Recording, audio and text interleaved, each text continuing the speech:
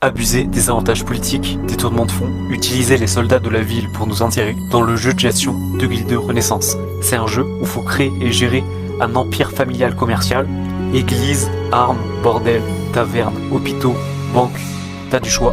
Et en parallèle, pour avoir des avantages, tu peux placer certains membres de ta famille dans la politique de la ville. Il y a plein de postes et chaque poste te confère des avantages particuliers et c'est giga jouissif à utiliser. Par exemple, utiliser les gardes de la ville pour escorter le transport des marchandises de tes entreprises au lieu d'entretenir une armée de mercenaires pour faire détournement de fonds, expulser ou mettre au cachot quelqu'un d'une famille rivale sans passer par le tribunal. Tribunal c'est chiant, faut des preuves, faut gaspiller de l'argent à corrompre, modifier les impôts en fonction de tes activités et celles de tes concurrents, exproprier les commerces des familles rivales et ainsi de suite. Et pour accéder à ces postes, il y a un système de vote avec les membres de la politique de la ville. Et du coup, en parvenant petit à petit à faire rentrer les membres de ta famille dans cet arbre, tu peux faire en sorte que ta famille contrôle intégralement la politique de la ville et que vous bénéficiez de tout ça.